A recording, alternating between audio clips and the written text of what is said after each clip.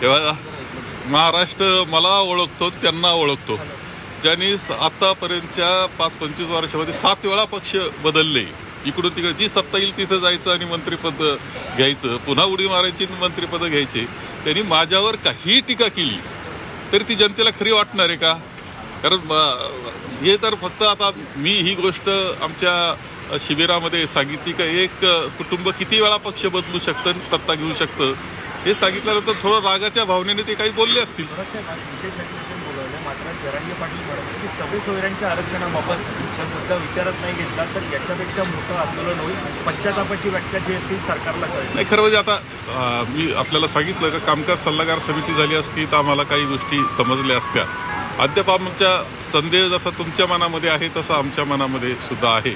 आणि आता गटाचे जे आमचे अमृत नोनी आर्थो प्लस ये एक प्रूवन फॉर्मूला है. इसमें मौजूद नोनी फल के गुण और आयुर्वेदिक जड़ी बूटियां शरीर को जरूरी पोषक तत्व देने के साथ साथ हड्डियों और जोड़ों के घिसने, उनमें होने वाले सूजन और दर्द को रोकने में मदद करता है. दर्द मुक्त जीवन के लिए अमृत नोनी आर्थो प्लस. प्रमुख बोलवलेले आहेत, म्हणजे गट प्रमुखांची बैठक बोलली, त्यामध्ये ह्या चर्चा होतील अशी अपेक्षा आमची आहे. आणि आम्ही अपेक्षा करतोय की तिथले स्पष्टीकरण हे माननीय मुख्यमंत्री सरकार पक्षाने दिले पाहिजे. राज ठाकरेंनी स्पष्ट केलेलं आहे की जे हे आरक्षण आहे ते केंद्राच्या हातात आहे, कुठेही राज्याच्या हातात नाही. त्यामुळे हे केंद्राने केलं पाहिजे. त्यामुळे ही फक्त नौटंकी करणं बंद करा असं देखील ते म्हणतात. नाही, आता आम्ही अपेक्षा करतो.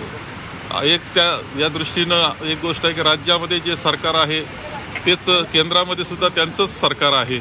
आपल्या ह्या सगळ्यांचा चांगला प्रभाव तेथे आहे आणि काही न करू शकणाऱ्या गोष्टी ते करू शकतात हे सिद्ध केलेलं आहे आतापर्यंत काही गोष्टींमध्ये. त्यामुळं साहजिकपणे शाश्वत अशा प्रकारचं टिकणारं आरक्षण हे मिळालं पाहिजे, ही माझं मत आहे. मत व्यक्त केलं की टिकणार आरक्षण मिळालं पाहिजे. मात्र ओबीसीने वारंवार याला विरोध केला होता. तर सरकारी मंत्र्यांमध्ये ओबीसी नेते सगळं मुंबईत होतं. त्यामुळे आजचं जे विशेष अधिवेशन आहे हे फायदेशीर ठरेल का? नाही, मराठा आरक्षणाला ओबीसीनी कधी विरोध केला असं मला दिसलेलं नाही, कुणी करतच नाही. आम्ही सर्वजण सर्वपक्षीय बैठकींमध्ये एक मतानं काही गोष्टी मांडलेल्या आहेत, एक मतानं आमच्या मांडलेल्या आणि कायम मांडत आलेलो आहोत.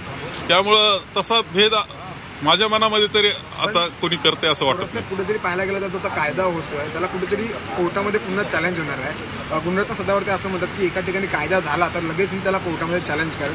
हे सगळं चुकीचं चालू आहे असं सदावरती म्हणतात. आता ते ॲडव्होकेट सदावर्ते काय म्हणतात त्याला मी काय महत्त्व देत नाही. आणि ठरवलं तर ॲडव्होकेट सदावर्ते फार काय कोणाच्या म्हणण्याच्या बाहेर जाणार नाही असं आम्हाला कळतं. त्यांची बटणं आपल्याकडेच आहेत. त्याचा जरा अभ्यास करून तुम्हीच सांगितलं पाहिजे. सर, एकीकडे सत्ताधारी आणि विरोधक एकत्र येऊन आरक्षणाचा मुद्दा सोडवण्याचा प्रयत्न करतात, पण दुसरीकडे जरांगेंनी मागणी लावून धरलेली आहे की सगळे सोयरे या सगळ्यांसकटच आरक्षण मिळालं पाहिजे आणि तेही ओबीसी. आम्हाला काही गोष्टीचा संदेह हे आमच्या मनामध्ये आहे आणि ते सरकार पक्षानं आणि ज्यांनी कुणी आश्वासनं दिले असतील माननीय जरांगे पाटलांना ते आम्हाला समजले पाहिजे आणि खुलासा त्याचा झाला पाहिजे असंच आम्हाला वाटतंय.